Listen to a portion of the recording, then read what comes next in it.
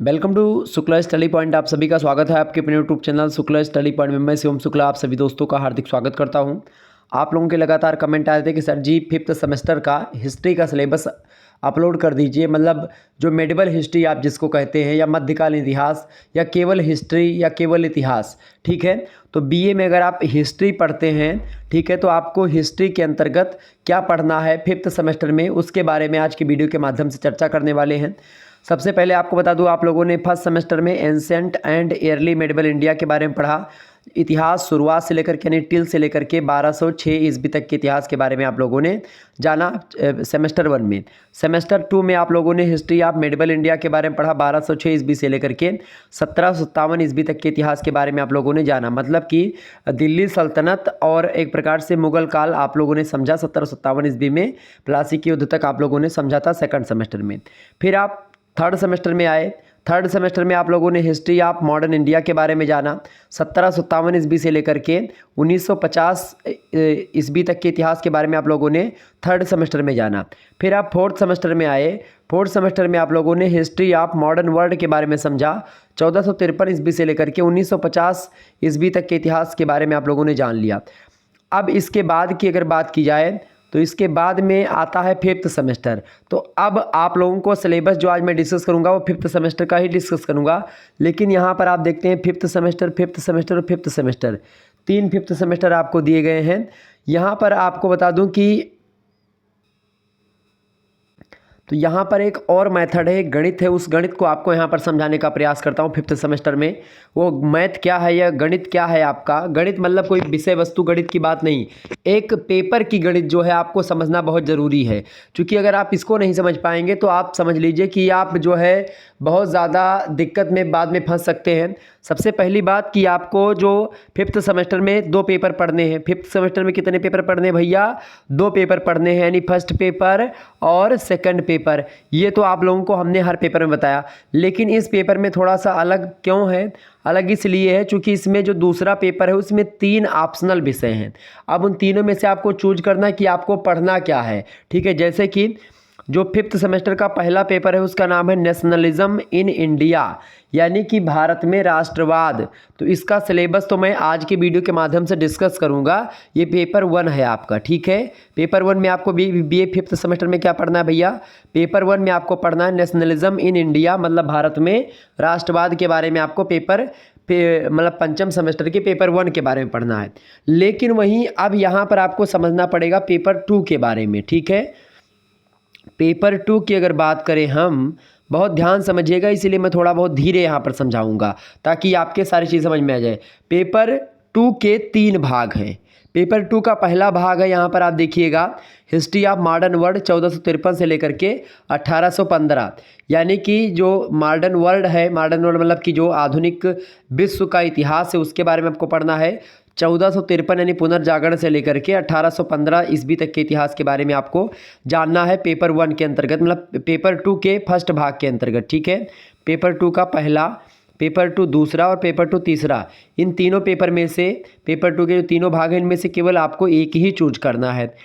दूसरा ऑप्शनल आपका है socio cultural and economic history of medieval India. आप चाहो तो ये पढ़ सकते हो सामाजिक, सांस्कृतिक एंड आर्थिक हिस्ट्री या आर्थिक इतिहास ऑफ मेडिवल इंडिया, मतलब मध्यकालीन भारत का सामाजिक, सांस्कृतिक और आर्थिक इतिहास। ये आप पढ़ सकते हो। 1200 ईस्वी से लेकर के 1700 ईस्वी तक के इतिहास के बारे में आपको यहाँ पर जानना है। ठीक है, और यहाँ पर पॉलिटिकल हिस्ट्री नहीं पढ़ना है आपको। पॉलिटिकल हिस्ट्री चूँकि आप पहले पढ़ चुके हो। ठीक है, यहाँ पर जो दिल्ली सल्तनत है और मुग़ल काल है वहाँ के सामाजिक इतिहास के बारे में, कल्चरल यानी सांस्कृतिक इतिहास के बारे में, इकोनॉमिक यानी आर्थिक इतिहास के बारे में आपको केवल जानना है। तो आप ये दूसरा पेपर चूज कर सकते हो। और वहीं पेपर 2 के अंतर्गत तीसरा आपको ऑप्शनल में पढ़ना है। यहाँ पर देखिए ऑप्शनल लिखा हुआ वैकल्पिक, मतलब विकल्प के रूप में। ये नहीं, इसका मतलब ये नहीं कि ऑब्जेक्टिव परीक्षा होगी, नहीं।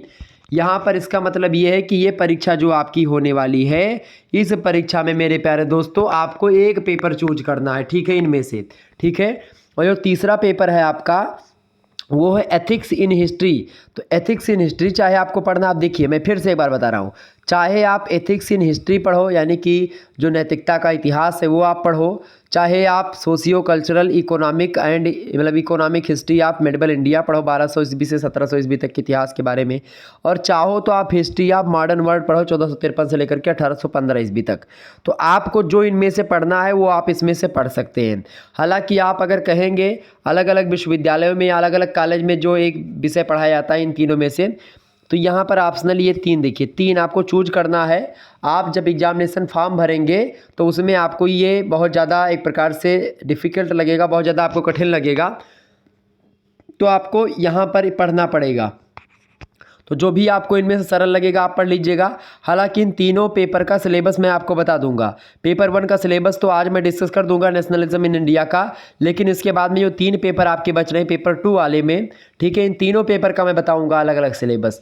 लेकिन या कहो आप कहिएगा तो मैं एक ही वीडियो में इन तीनों का सिलेबस बता दूंगा, नहीं तो अलग अलग बता दूंगा। अब आपको चूज करना है कि उनमें से आपको पढ़ना क्या है, ठीक है, ये बात ध्यान रखिएगा। तो यहाँ पर इनमें से चूज करना, केवल एक ही ऑप्शनल आपको पढ़ना है। चाहे तो आप ये पढ़ें, ये वाला, चाहे ये। पेपर 1 में तो आपको नेशनलिज्म इन इंडिया पढ़ना ही पढ़ना सभी को। इन तीनों में से आपको जो भी छात्र की इच्छा होगी वो आप चूज कर सकते हैं। इसके अलावा प्रोजेक्ट में 5th सेमेस्टर में आपको पढ़ना है। प्रोजेक्ट में आप देखिएगा प्रोजेक्ट 1 आपको देखना है, इसमें जो भी सिलेबस दिया होगा वो आपको पढ़ना 3 क्रेडिट का है। इसके बाद में 6th सेमेस्टर में जब आप जाएंगे तो उसमें पेपर 1 में आपको era of Gandhi and mass movement पढ़ना होगा पेपर 1 में, और पेपर 2 में भी इसी प्रकार से 3 ऑप्शनल आपको मिलेंगे, ठीक है। एक हिस्ट्री ऑफ मॉडर्न वर्ल्ड 1815 से 1945, एक socio cultural economic history of medieval India 1700 से लेकर के 1900, और एक आपको पढ़ना पड़ेगा हिस्ट्री ऑफ इट्स मतलब प्रोफेशनल यूटिलिटी। तो आप इन तीनों में से केवल एक ही पढ़ सकते हो 6th सेमेस्टर में भी। तो इस प्रकार से ये आपका थोड़ा सा सिलेबस था जो कि मैंने आपको बताया, ठीक है। अभी सिलेबस हमने चर्चा नहीं की, एक गणित समझाया आपको। अब हम सिलेबस पर चर्चा कर लेते हैं। तो अब हम चर्चा करेंगे किसके बारे में भाई? अब हम चर्चा करेंगे 5th सेमेस्टर के सिलेबस के बारे में, पेपर 1 के बारे में, हिस्ट्री के, नेशनलिज्म इन इंडिया के बारे में, भारत में राष्ट्रवाद के बारे में। आइए चर्चा करने का प्रयास करते हैं। देखिए यहाँ पर आप देखिए मैक्सिमम मार्क्स आपका 100 है, क्रेडिट आपका 5 है, मिनिमम पासिंग मार्क्स यहाँ पर 33 दिया हुआ है, यानी कि 33 नंबर अगर आप पा जाएंगे तो आपको पास कर दिया जाएगा। देखिए अब यहाँ पर यूनिट वाइज सिलेबस आपको दिया गया है। पहली इकाई के अंतर्गत आपको पढ़ना है फर्स्ट वार ऑफ इंडिपेंडेंस, मतलब कि जो प्रथम स्वतंत्रता संग्राम है भारत का, उसके बारे में, यानी 1857 की जो क्रांति है वहीं से आपको इतिहास पढ़ना है। तो चूंकि 1857 की क्रांति से ही राष्ट्रवाद का एक प्रकार से उदय माना जाता है, राष्ट्रवाद की चिंगारी यहीं से लग जाती है। तो 1857 की क्रांति या प्रथम स्वतंत्रता संग्राम का क्या केसेस रहा है, मतलब कि क्या कारण रहा है, इम्पैक्ट यानी क्या प्रभाव पड़ा है, और एंड नेचर मतलब क्या प्रकृति रही है फर्स्ट वार की, खास करके इंडिपेंडेंस को लेकर के, मतलब प्रथम स्वतंत्रता संग्राम का कारण, किन कारणों से प्रथम स्वतंत्रता संग्राम हुआ, क्या प्रभाव पड़ा उसका, और उसकी प्रकृति क्या रही, उसका नेचर क्या रहा। तो ये आपको इकाई 1 के अंतर्गत, मतलब कि 1857 की क्रांति के बारे में पेपर 1 के अंतर्गत हम लोगों को पढ़ना है। मतलब पेपर 1 में आपको पढ़ना है यूनिट 1 के अंतर्गत, यानी इकाई 1 में। इकाई 2 के अंतर्गत आपको पढ़ना है factor leading to the growth of nationalism in India. आपको इकाई 2 के अंतर्गत क्या पढ़ना है? Factor leading to the growth of nationalism in India. मतलब कि फैक्टर माने होता है एक प्रकार से कारण, लीडिंग माने होता है एक प्रकार से जो अग्रणी कारण होते हैं वो। तो अग्रणी कारण to the growth of nationalism in India, मतलब कि भारत में राष्ट्रवाद के विकास के जो अग्रणी कारण रहे हैं, जो अव्वल कारण रहे हैं, जो इम्पोर्टेंट कारण रहे हैं, जो प्रमुख कारण रहे हैं, जो मुख्य कारण रहे हैं, तो उन जो एक प्रकार से लीडिंग फैक्टर्स रहे हैं ग्रोथ के, नेशनलिज्म के, भारत में किस प्रकार से राष्ट्रवाद का उदय होता है, कई कारणों से भारत में राष्ट्रवाद का उदय होता है। तो उन समस्त कारणों के बारे में हम लोग इकाई 2 के अंतर्गत चर्चा करने का प्रयास करेंगे, ठीक है। तो इकाई 2 में हम लोग ये जानेंगे, बहुत ही विस्तार से हम लोग पढ़ने का प्रयास करेंगे, कोई दिक्कत नहीं आएगी। एकदम से आपको बता दूं, एकदम से बहुत ही सरल तरीके से आपको इन चीज़ों को समझा दूंगा। इकाई 3 में आपको क्या पढ़ना है? थ्योरीज ऑफ नेशनलिज्म, यानी राष्ट्रवाद के जो सिद्धांत हैं उन सिद्धांतों के बारे में, थ्योरीज के बारे में हमको पढ़ना है। किसके? नेशनलिज्म के, राष्ट्रवाद के सिद्धांत। किसके? इसके views of Gandhi and Tagore, Gandhi और टैगोर के विचार के बारे में खास करके कि गांधी के क्या सिद्धांत रहे हैं राष्ट्रवाद को लेकर के, और टैगोर के क्या सिद्धांत रहे उनके पॉइंट ऑफ व्यू से या उनके दृष्टिकोण से हम लोग नेशनलिज्म को समझने का प्रयास करेंगे, भारतीय राष्ट्रवाद के सिद्धांतों को जानने का प्रयास करेंगे गांधी और टैगोर के विचारों को ध्यान में रखते हुए। फिर इसके बाद में हम लोग जो है इकाई 4 के अंतर्गत हम क्या पढ़ेंगे, इकाई 4 में हम लोग पढ़ेंगे अर्ली फेज़। अर्ली फेज़ का मतलब होता है प्रारंभिक चरण। द आइडियोलॉजी मतलब कि नरमपंथियों की जो विचारधारा रही है उन विचारधारा के बारे में चर्चा करेंगे। Program and policy of moderates मतलब कि खास करके यहाँ पर इकाई 4 में आपको क्या पढ़ना है, नरमपंथी जो एक प्रकार से नरमपंथ और गरमपंथ कांग्रेस के 2 पार्ट आपको पता होंगे। शुरुआत में कांग्रेस का जो रवैया रहा वो नरमपंथी का रहा है। तो कांग्रेस जो INC थी, इंडियन नेशनल कांग्रेस, जिसका स्थापना 1885 में होती है, अलेक्जेंडर मतलब जिनको कहते हैं अलेक्जेंडर ऑक्टोबियन ह्यूम यानी AO ह्यूम शॉर्ट फॉर्म में, तो उनके द्वारा एक प्रकार से की जाती है। और एक प्रकार से आप देखते हैं उसके अध्यक्ष व्योमेश बनर्जी, WC बनर्जी बनाए जाते हैं। तो ये सब एक प्रकार से पूरा जो प्रोसेस होता है, द्वितीय सर सैयद अहमद खान। तो इस प्रकार से हम इन चीज़ों के बारे में जानते हुए इंडियन नेशनल कांग्रेस के बारे में जानेंगे, और इसके बाद में हम उसके प्रारंभिक चरण के बारे में जानेंगे, अर्ली फेज के बारे में, जो आइडियोलॉजी रहा है मतलब जो विचारधारा रही है नरमपंथियों की, खास करके जो उनके द्वारा प्रोग्राम किए गए, कार्यक्रम किए गए, जो नीतियाँ उन्होंने अपनाई, किसने एक प्रकार से जो खास करके नरमपंथ के विचारधारा वाले रहे हैं। ठीक है, ये बात ध्यान रखिएगा। आगे बढ़ते हैं और भी चीज़ों के बारे में जानने का प्रयास। अगला प्रश्न आप देखिएगा, मतलब अगला आपका जो इकाई है 5वीं इकाई है वो है कौन सी इकाई भाई, उग्रवादी चरण, जिसको आप बोलते हैं अर्ली फेज़, यहाँ पर हो गया प्रारंभिक चरण। और जो एक्सट्रीमिस्ट फेज होता है इसको बोलते हैं उग्रवादी चरण। उग्रवादी मतलब कि गरम दल जिसको आप बोलते हैं। तो गरम दल का एक प्रकार से राइज यानी भारत में उदय कैसे होता है, एंड डेवलपमेंट उनका विकास यानी उग्रवादियों का उदय और विकास कैसे हुआ भारत में। ठीक है, in India extremist in India मतलब कि राइज एंड डेवलपमेंट ऑफ मतलब कि एक्सट्रीमिस्ट इन इंडिया मतलब कि भारत में जो गरम दल है या कांग्रेस में जो गरम दल विचारधारा या उग्रवाद की विचारधारा जो आई, कि एक प्रकार से सुभाष चंद्र बोस से लेकर के जो है, और खास करके आप देखते हैं गरम दल में सुभाष चंद्र बोस का नाम तो बाद में आता है, लेकिन गरम दल उस समय खास करके लाल बाल पाल इन तीनों लोगों के हाथों में खास करके था, मतलब इन्हीं तीनों लोगों की विचारधारा थी।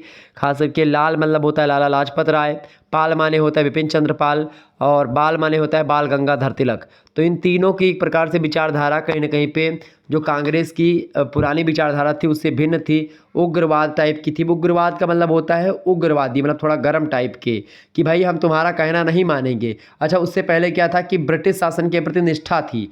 ब्रिटिश शासन को एक प्रकार से जैसे एक राजा की भांति देखा जाता था, तो उसके प्रति एक प्रकार से शुद्ध तरीके से जो कहते थे आज्ञाकारी उनका बनने का प्रयास नरमपंथी लोगों का होता है, लेकिन ये लोग गरमपंथी लोग उनके सारे विचारों का खंडन करते हैं। तो वो चीज़ें, तो हमको गरमपंथ के बारे में यहाँ पर इकाई 5 में पढ़ना है। इसके बाद में इकाई 6 में हम लोगों को स्वदेशी मूवमेंट के बारे में जानना है, जो स्वदेशी आंदोलन हुआ उसके बारे में, और एवं मतलब एंड कांग्रेस स्प्लिट एट सूरत में जो कांग्रेस का विभाजन होता है उस विभाजन के बारे में भी हम जानने का प्रयास करेंगे। कांग्रेस का विभाजन, जो कांग्रेस में बंटवारा होता है उसके बारे में। इकाई 7 के अंतर्गत आपको पढ़ना राइज ऑफ मुस्लिम लीग का उदय कैसे होता है, और मुस्लिम लीग की क्या डिमांड्स थी, मतलब मांगें क्या थीं, और एंड प्रोग्राम मतलब उनके कार्यक्रम क्या क्या हुए मुस्लिम लीग के। तो मुस्लिम लीग का उदय, मांगें और कार्यक्रम, ठीक है, ये हम इकाई 7 के अंतर्गत पढ़ेंगे। इसके अलावा इकाई 8 में आपको क्या पढ़ना है, national awakening during first world war, मतलब प्रथम विश्व युद्ध के दौरान राष्ट्रीय जागृति जो रही है, या राष्ट्रीय एवाकिंग मतलब होता है जागृति, एवाक माने जागना, तो नेशनल से रिलेटेड जागना मतलब जो राष्ट्रीय जागृति जिसको आप बोल सकते हैं, कि राष्ट्रवाद के बारे में जानना या अपने देश के प्रति मर मिटने की भावना रखना। भरा नहीं जो भावों से बहती, जिसमें रसधार नहीं व हृदय नहीं व पत्थर है, जिसमें स्वदेश का प्यार नहीं, इस टाइप की भावना। स्वदेश प्रेम वह पुण्य क्षेत्र है, अमल असीम त्याग से विलसित, आत्मा के विकास से जिसमें मनुष्यता होती है विकसित। तो प्रथम स्वतंत्रता संग्राम प्रथम विश्व युद्ध जब होता है 1914 में प्रारंभ होता है, 1918 तक चलता है, तो उससे क्या संदेश मिला और उसके बाद से किस प्रकार से भारत में राष्ट्रीय जागृति हुई, उसके बारे में हमको पढ़ना है। इसके बाद में उसी समय आप देखते हैं लखनऊ पैक्ट हुआ, लखनऊ समझौता हुआ, लखनऊ संधि जिसको आप कहते हैं, लखनऊ समझौता एंड होम रूल मूवमेंट जो हुआ, यानी बेसेंट वाला होम रूल आंदोलन, तो उसके बारे में होम रूल लीग की स्थापना भी होती है। तो इन सभी चीज़ों के बारे में हम लोग जानने का प्रयास करेंगे। तो ये आपका है भारत में नेशनलिज्म, राष्ट्रवाद के उदय को लेकर के यहाँ पर आपको पढ़ना है। तो भारत में राष्ट्रवाद का उदय कैसे कैसे हुआ, इन्हीं पर आपका फोकस रहेगा। तो इतना ही सिलेबस है मात्र आपका पेपर 1 में, ज़्यादा लंबा सिलेबस नहीं, बस इतना ऐसा सिलेबस है, इसी को समझना है विस्तार से। पूरा मैं आपको समझाने का प्रयास करूँगा।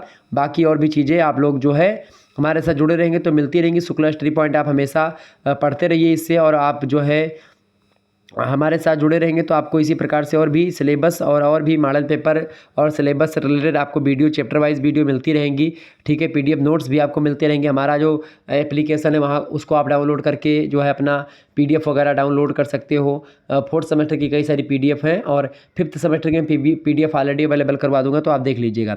सेमेस्टर 5 की अगर बात की जाए तो 5th सेमेस्टर में आपको बता दूं कि पेपर 2 जो है उसमें 3 खंड हैं, और उन तीनों खंडों में अलग अलग खंड जो है उन सभी के सिलेबस में डिस्कस कर दूंगा। हमने शुरुआत में उसके बारे में चर्चा करी है, तो फिर हम मिलेंगे नेक्स्ट वीडियो में। तब तक के लिए जय हिंद, जय भारत। आप सभी का बहुत बहुत धन्यवाद हमारे से जुड़ने के लिए। इसी प्रकार से अपना प्यार हमेशा बनाए रखिएगा। तो पेपर 2 के सिलेबस में खास करके पेपर 2 में 3 खंड हैं, और उनमें से केवल एक ही खंड आपको चूज करना है। हालांकि मैं तीनों खंडों का सिलेबस आपको बता दूंगा, जो भी आपको चूज करना है वो भी आप पढ़ लीजिएगा। ठीक है, धन्यवाद। मिलते हैं नेक्स्ट वीडियो में। बहुत बहुत धन्यवाद आप सभी का, बहुत बहुत धन्यवाद।